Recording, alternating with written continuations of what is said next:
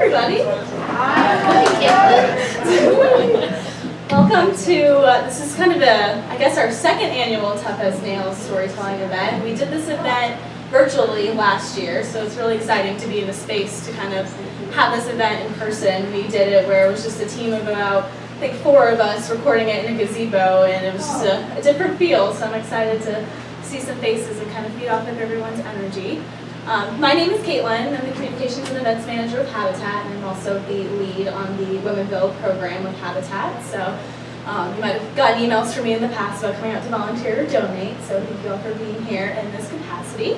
And Womenville is truly one of my favorite things that I do with my job, just being with all of these people. They're different people from different walks of life that come to be part of Womenville. There are people who just give their time through volunteering, there are people who donate, people who do a little bit of it all, so it's just a great way to kind of bring all of our people together. I know the summer is getting kind of crazy, so I appreciate you all taking the time to be here this evening with us. Before we get started, I do want to give a quick shout out to Honeysuckle for hosting us this evening.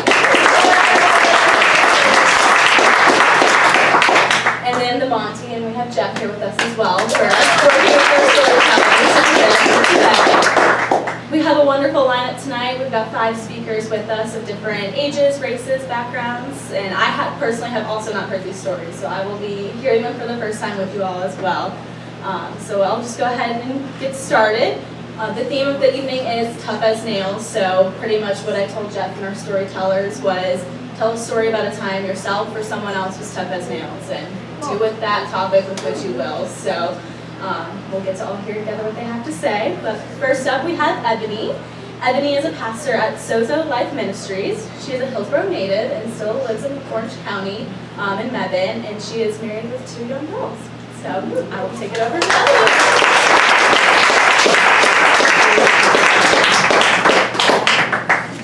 Hi everyone. Hi. Jeff, I hope I don't fail you.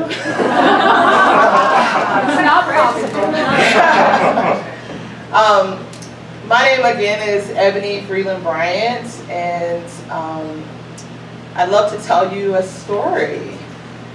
So my story starts a little over 40 years ago. I'll keep the extra number to myself. In a home in Hillsborough.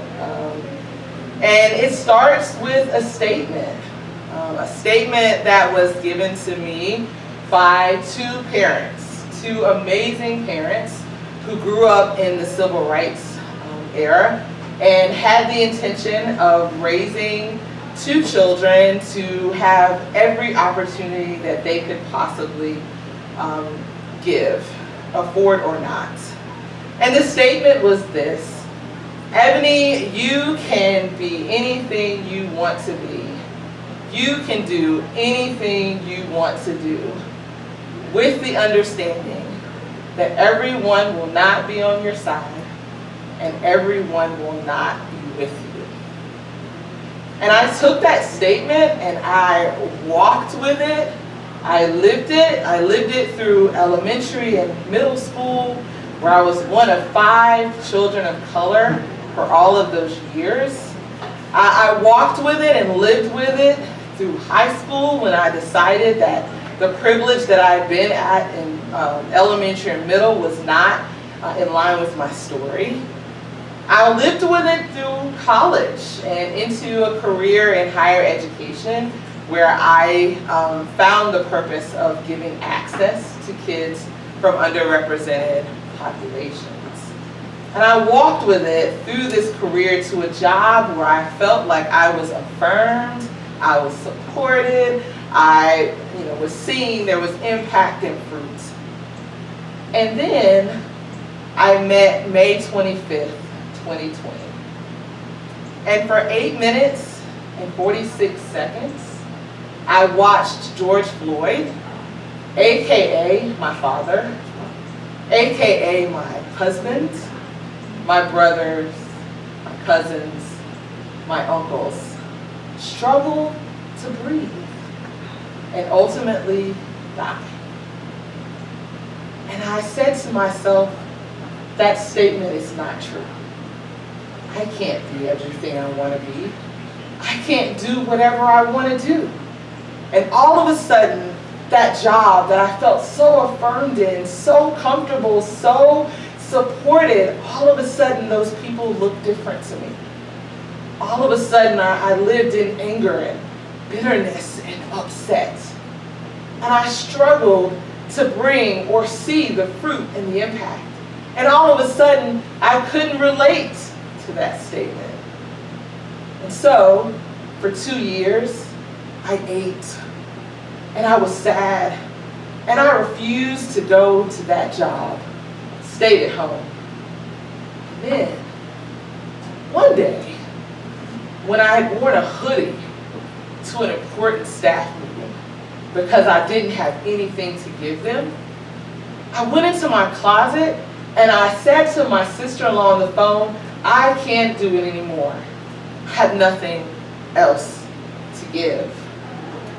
And I heard this statement, Ebony, you can do anything you want to do. You can be anything you want to be. This doesn't matter what other people say. That didn't make sense to me. That's not true, I said. No way. And then I heard my kids, 2 girls, laughing in the background. And I remembered that if I said I couldn't do anything, and I couldn't be anything, then how would they?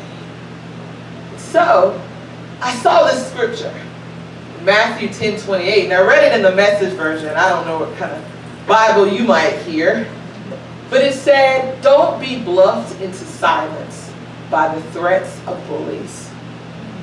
They can't do anything to your soul.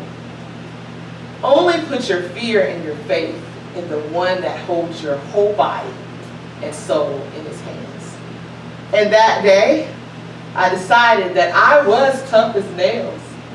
And I heard my mama say, Ebony, you can do anything you want to do, and you can be anything you want to be, with the understanding that everybody's not going to be on your side, and everybody's not going to be with you, but you can do it. And so I got up, and I came out of that closet, and I stand here today to say the same to you. You can do anything you want to. And so we build. Amen.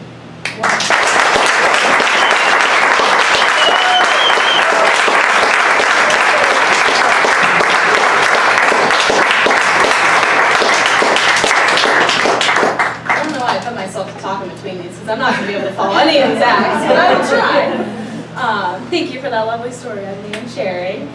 You didn't realize it, but you gave me a good segue into building and talking about a little bit about habitat. Okay. So just to give people kind of a reminder, I know a lot of y'all are here to hear great stories this evening, but this is a fundraiser for Women Build and for Habitat. I'll touch a little more about Women Build a little later, but just to kind of talk generally about habitat, we build homes.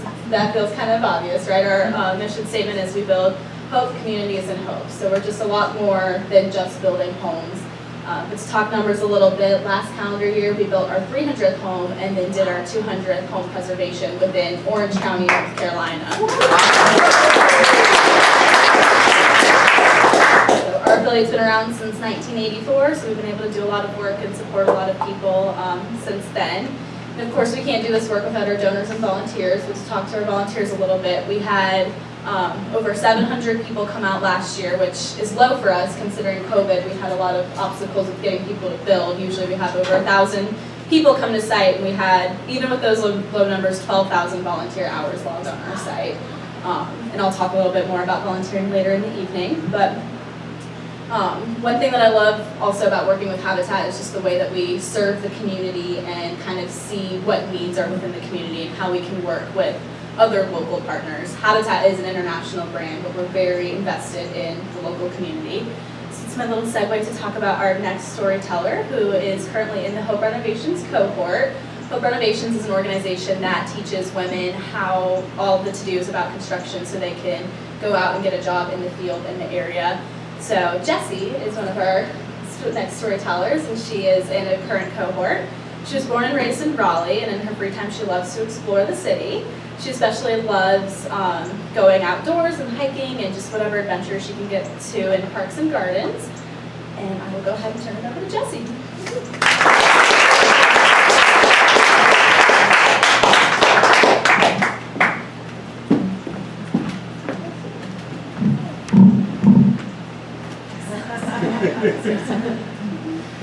All right, hello everyone. My name is Jessica Quinones, but most know me as Jessie Quinn or Jessie Q. And I'm here to tell you a story today, and it starts with one of my favorite childhood memories. And my dad would take my sisters and I to job sites on the weekends. Most kids might think that's torture, but we had a blast. While my dad inspected the work his crew had done or added to a backsplash, my sisters and I would run through the bones of a soon-to-be finished home. And I remember the smell of the new wood used to support the walls. I remember the giant master suites, the beautiful bathrooms, and the big walk-in closets. Our chitter-chatter and giggles echoed through the bare homes, something like this. I call the master suite, and my room will be hot pink with zebra stripes. My sisters Fatima and Yvette would then say, fine, we call the second biggest room, and our room will be aquamarine. Then we would all giggle, because in this fantasy, that meant our parents would end up with a tiny home office as a bedroom with no walk-in closets. I felt lots of pride in getting the chance to see the beautiful work my father had accomplished. But as I got older and became an angsty teen, that pride dissipated. I loved summers when my grandma Teresa would come to visit. She would teach me so much about our heritage. She has an abundance of knowledge on gardening and plant medicine. My grandma introduced me to pomegranates, which are still to this day one of my favorite fruits. And in the summer, going into 3rd grade, I tried to bring parts of my grandma with me to school through food. So I once bought pomegranate seeds, but my classmates thought it was weird alien fruit. Another day, it was tacos, but they smelled kind of funny. I very soon went back to sandwiches with a side of regular fruit like Honeycrisp apples. Experiences like this made me want to lay low. I never spoke out, I followed the rules, and I did just enough to get by without drawing attention to myself. But then high school came, and it was a different ball game with a much bigger playing field, and I hated syllabus week. In the first week of every new semester, we had to introduce ourselves. That was an issue because I hated my name. Jessica wasn't the problem. It was my last name, Quinones, that always reminded me I was different from my peers, as my peers too let me know I was not the same. I always knew when my name was next on the attendance list because my teachers always got stuck after calling Miss Jessica Quinones, as I corrected, no, it's Quinones. A genius commented, sounds like Quiznos subs. The class giggled, haha, Quiznos. That joke got so old to me, but it stuck till the end.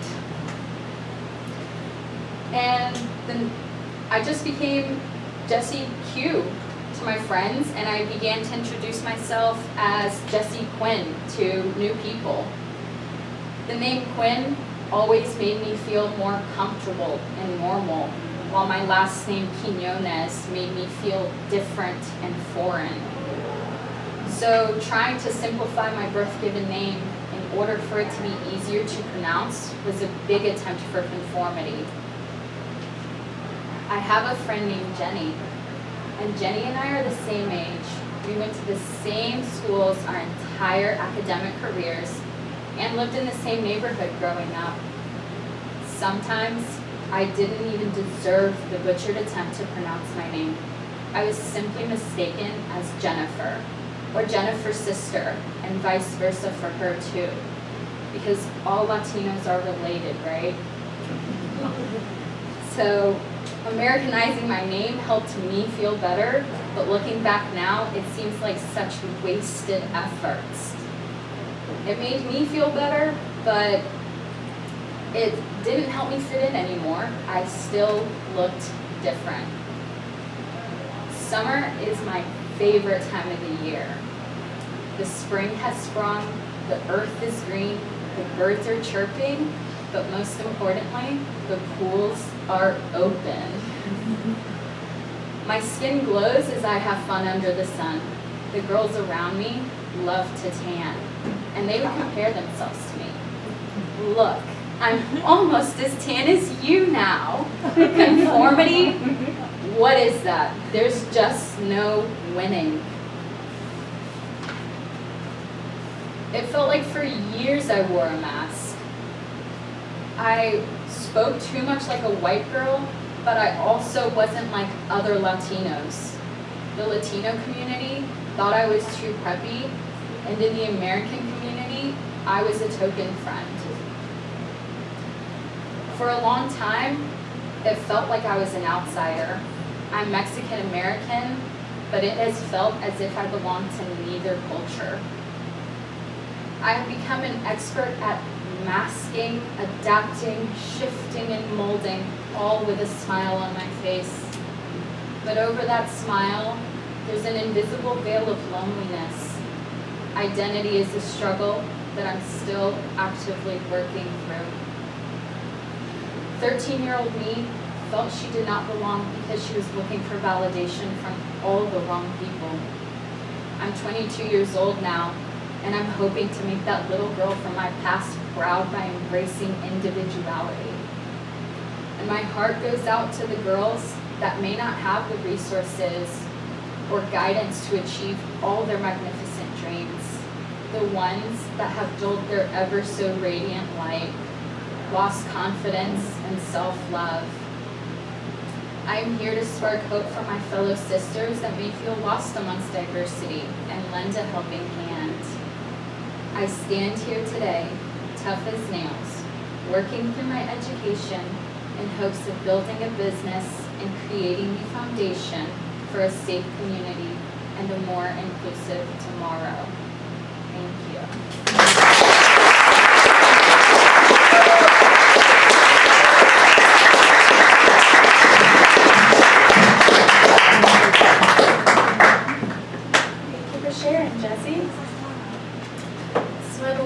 That I'll be sharing about our work throughout the evening, but I do want to do a quick plug that tonight is a fundraiser, and we're trying to raise, so tonight all up to $500 worth of gifts will be matched by donors. So I know some people have already purchased some t-shirts, which we have plenty for sale. We also have a raffle going. We have a couple unique items in our raffle, including a beach bundle with a really cool little beach cover and Flyleaf gift card. We have a dinner and wine package, and we also have a life coaching bundle, which tees me up for our next speaker. So Sarah is a life coach, and she focuses on fulfillment and how we partner, parent, and work. She has supported Habitat in various ways, which she first got involved through building in Guatemala in 2018, but is also on our Women Build committee with us as well. She loves trail running, live music, and time with her friends and family, and lives in Hillsborough with her partner and 2 children and their dogs.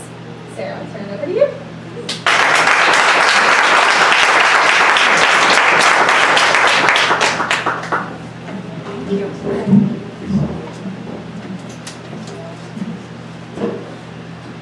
Hey everybody, thank you for being here tonight.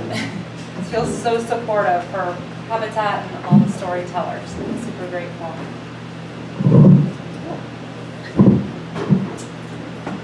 After years of growing up in a culture where the focus was all about what I should do rather than what I desired and wanted to do, I had my awakening the year following my 40th birthday.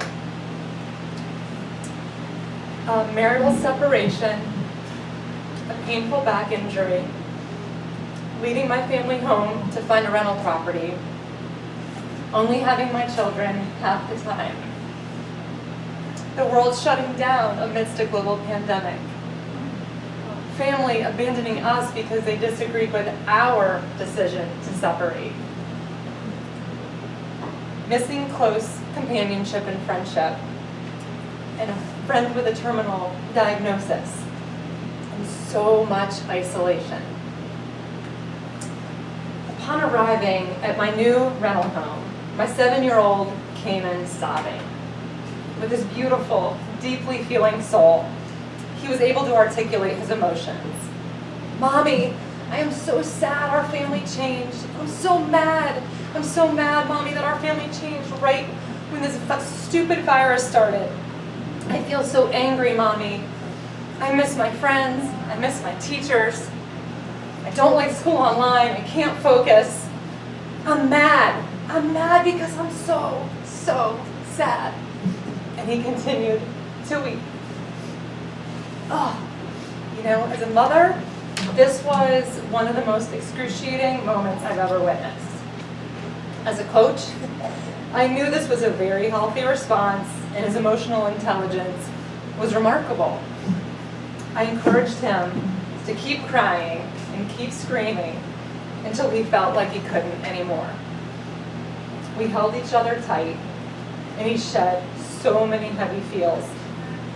I whispered, "You are so brave." On the days my children were not with me, I began taking my own advice.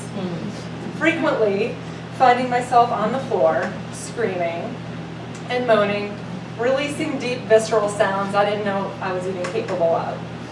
With fists clenched, my body would shake, and I would pound the floor in fits of sobbing tears. This happened again and again while I processed and released so many layered emotions. About 3 months into my lease, I returned home to a new neighbor, walking down my driveway. "Are you Sarah? While you were out, a strange man was snooping around your house, taking photos of your windows, and asking me about you." Oh wow, and did you call the police?" No, she had not called the police. In the midst of this news and continued fits on the floor, my house was also shaking, literally shaking. There was intrusive and loud street construction outside, and as this continued, I started noticing cockroaches inside my house. It felt as if their habitat had been disrupted and they were just frenetically trying to find their way home. The irony of this metaphor was not lost on me. My situation was starting to mirror the cockroaches. As more cockroaches appeared, my anxiety rose. Upon further investigation, another neighbor had video footage of this mysterious stalker on his Ring camera. After seeing the intense and glaring energy he embodied, his image was ingrained in my head, and I became paranoid he was lurking in my bushes. Who was this man? How did he find me? How did I become a target for this the minute I wasn't partnered to a man? This brought up so much emotion for me, so much anger and frustration. Is this what I was up against? Another neighbor approached me to tell me she saw the same guy. "Hey," she said, "the other day I saw this man, I think he had a small camera, and I don't know where he was putting it. It looked like he was putting it outside, and then I realized maybe he shouldn't be there, and I wanted to let you know. Did you happen to call the police?" No, she hadn't called the police. What world was I living in? As this elusive creeper continued to creep, and the police did nothing about it because he hadn't attacked me yet, the cockroaches began to intensify at night.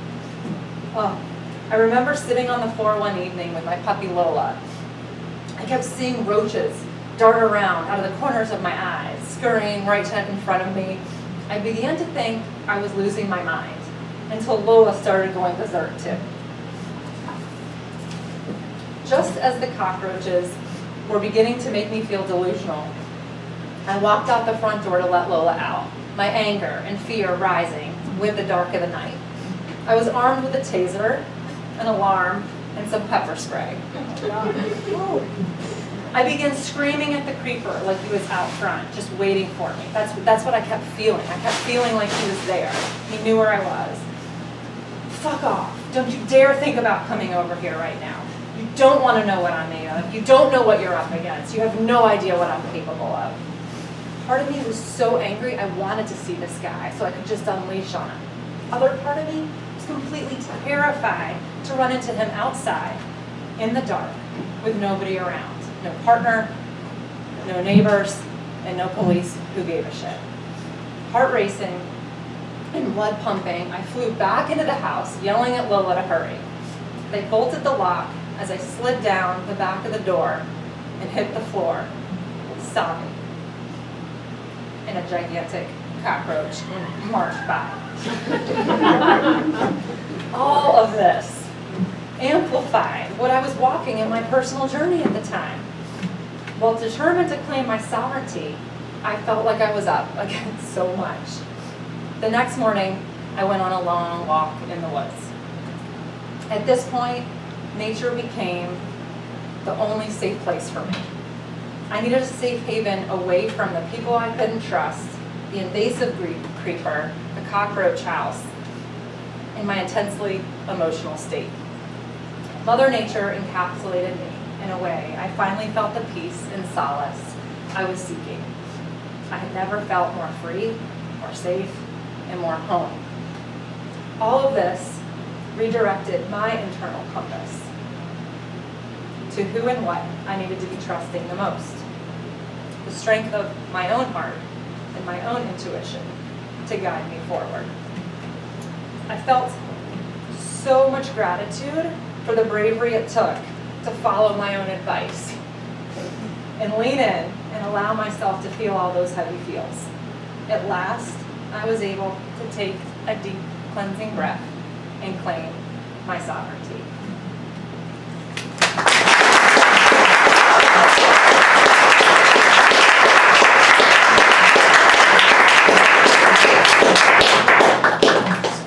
I'm never gonna look at cockroaches the same now. Thank you for sharing that story, Sarah.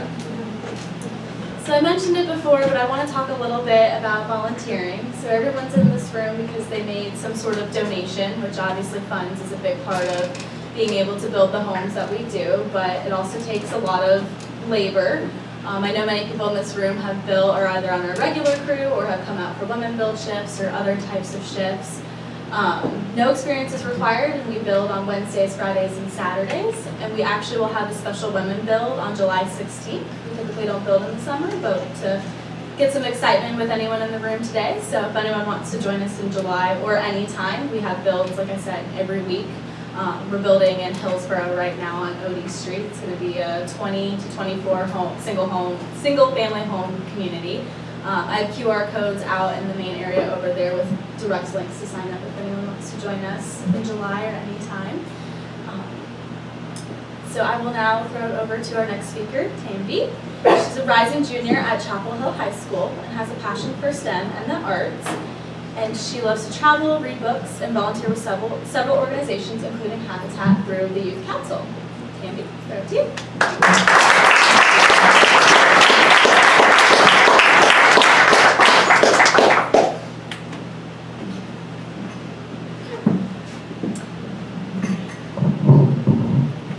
Follow those ones, but here we go. If you had told me a few years ago that working at the mall would make me hate macarons, I wouldn't believe you. I mean, macarons are pretty awesome. They're specially made with a ton of flavors, a softer inside, a harder outside. Well, I could go on for a while about why macarons are great. It's part of my job as a saleswoman at a macaron shop. But after eating a lot of broken cookies at the end of my shifts over the past year and a half, they just don't have the same appeal. Now, losing my interest in macarons is hardly the biggest takeaway from my job experience. I started working because I wanted to be independent. I wanted to earn my own money, I wanted work experience, and I guess it looks alright in applications too. But I knew I'd also have my fair share of difficult customers and situations. Though honestly, I didn't expect a lot of struggles that I experienced. The first time I ever encountered something truly dreadful at work was about 2 months after I started.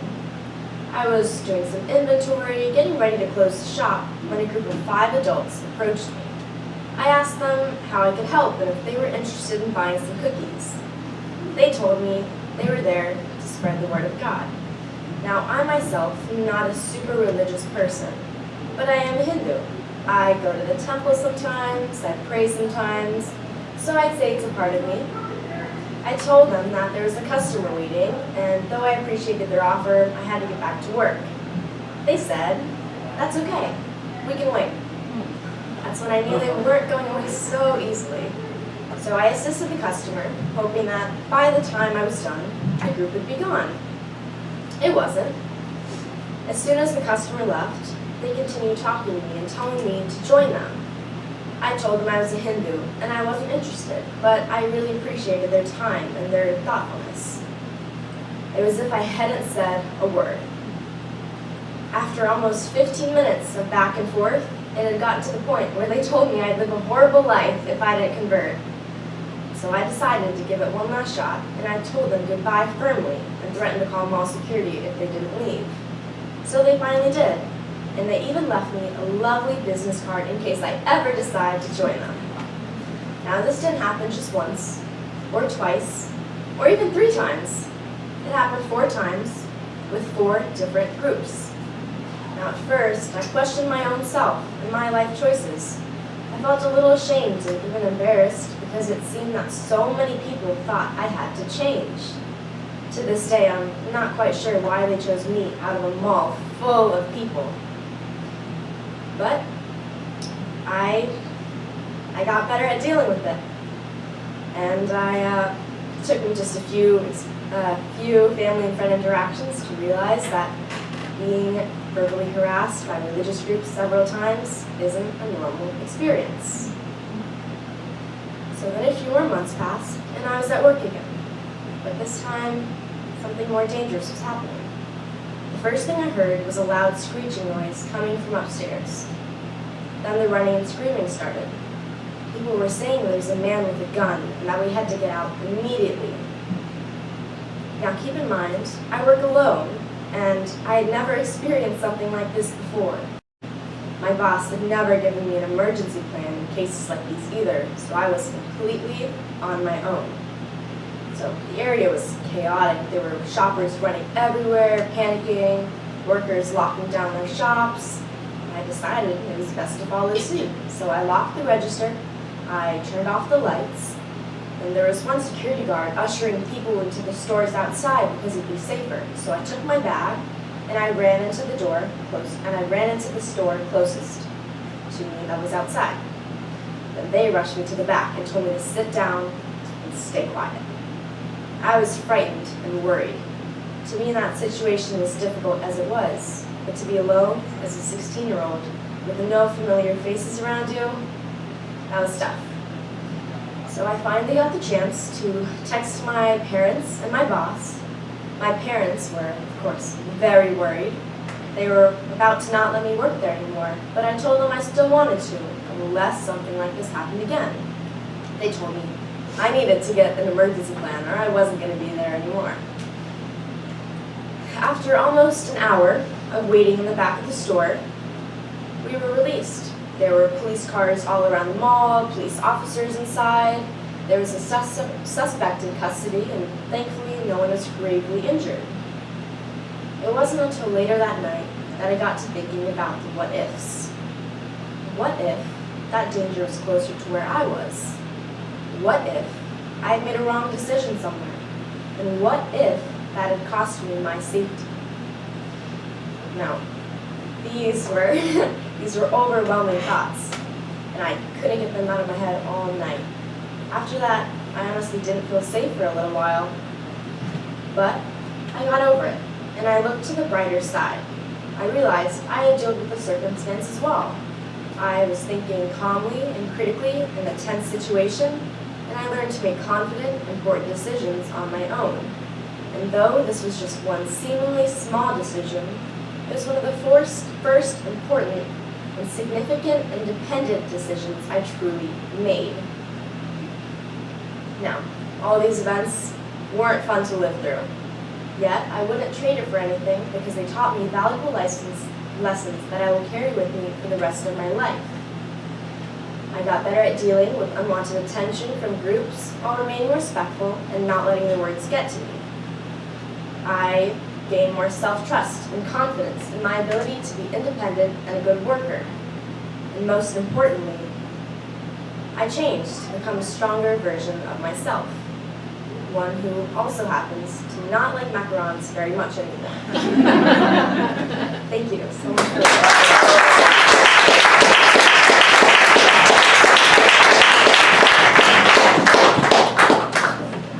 Sharon. So we're almost through with our evening. We have one more speaker, but I will take a moment to just talk a little bit more about Women Build.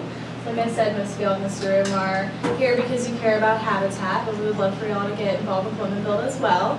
We have that special build coming up in July, but we also typically build in October.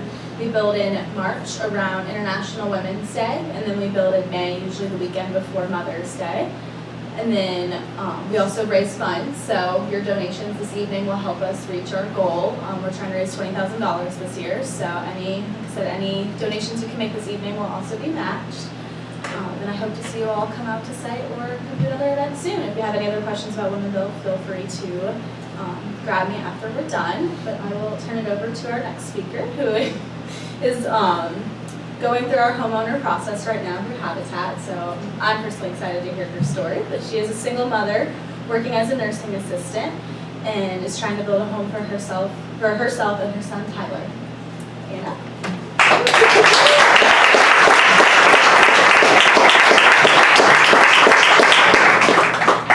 Good evening. Good evening. Moving to America from Kenya in 2014. That was a super exciting experience.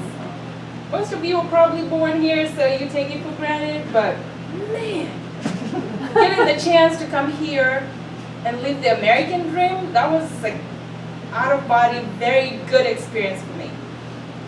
The American dream, I've been asking a lot of people over the past couple days, I'm like, what does the American dream mean for you? And most of them say, it means to be happy.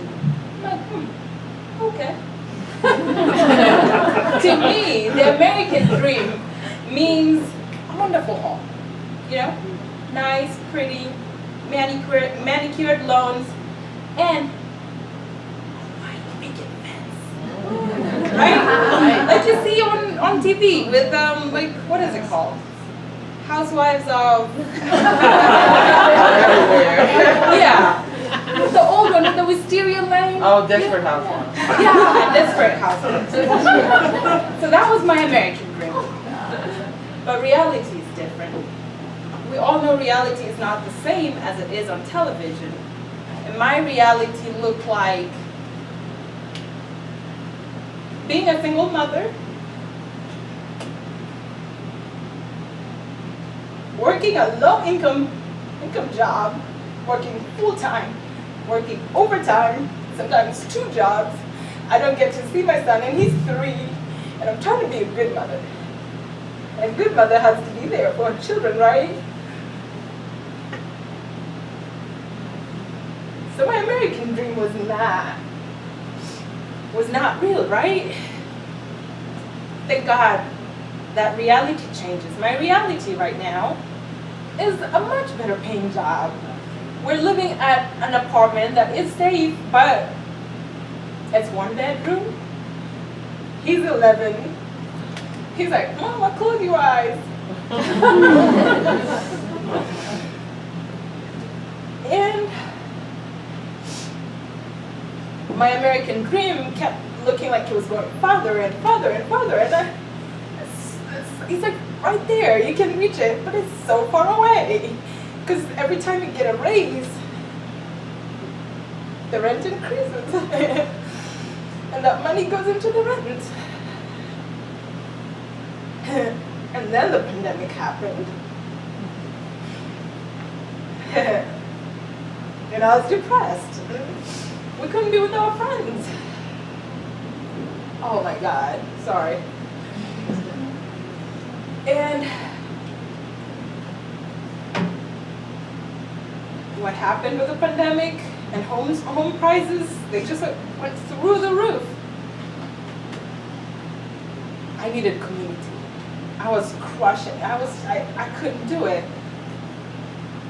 And we couldn't go to church because church was closed. But Habitat was open. Habitat was open. And it gave me the sense of community that I needed, that I was looking for. We got to show up and build. Dude, I know how to measure precisely to the 16th of an inch. Before that, I thought I could, I thought I was awesome and handy. I had a measuring tape that big, and it's pink. But Habitat is awesome. I have learned a lot. I thought I was coming in selfishly, to find community for me. It was a way of me to get away from being depressed, right? Because you're meeting people, you're doing something, you're outside, you're not in the house, you're not laying in bed all day. But I have learned so much more. I have gathered so many friends, and I'm still making friends. And that's pretty awesome. And the homes. Most of you, I've heard that you've been volunteering. And you see how awesomely people like Eddie are building the homes. They are so sturdy.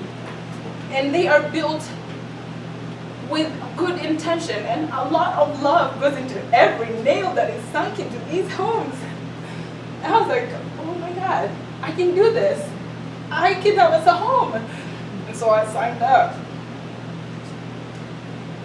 I'm jittery, but I'm not showing it. I didn't even tell Ryan or Matt that I had signed up at the time. I just kept volunteering and having a good time. And it helped to pass the time, and it helped to not be so anxious. Then I remember talking with Lane and Robin, and they were like, you got a house. And you got a house, and I was like, oh my God. My dream, like it's right here, I can touch it. Y'all can drive down Monti Street and look at 205. It doesn't come with a picket fence though. But hey,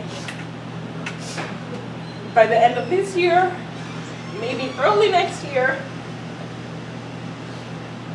I get a bedroom. I have never had a bedroom. Since I was born, I've never had a bedroom. And my son gets a bedroom. And that is amazing. And we get to have neighbors. Wonderful neighbors with children. I have no neighbors right now with Tyler's age. If you drive down Monti Street, like on Sunday or Monday, I've done it, not being creepy. I have driven down Monti Street on days that we are not building, and it is amazing. The children are playing on the street. There's children just running. It is amazing. It feels like home. I can't wait to get there and have my son have friends his age, and I don't have to like zero graze him and follow him everywhere, because I trust that neighbor and I trust that neighbor, and it's children that know each other, and I hope if somebody does something wrong, they'll tell them so we can keep everyone in check. But I am so grateful for everyone in this room. Thank you, Jack, because I was very nervous. But I think everyone that is helping the community build, it means a lot. It doesn't look like much, but hey, when we build each other, in turn we build the community. And people get their wisteria lane homes. Thank you guys.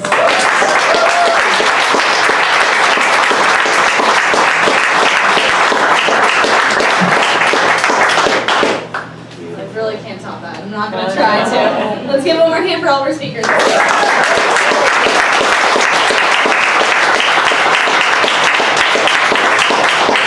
Thank you all so much for being here this evening and taking your time. We got to get Anna her white picket fence, so however way you can support, like I said, donations or your time volunteering outside, I'd love to talk to you more about that. We have, like I said, more QR codes over there to just learn more information about getting involved with Habitat, and feel free to enjoy your evening and mingle some more. But thank you all for being here. Thank you.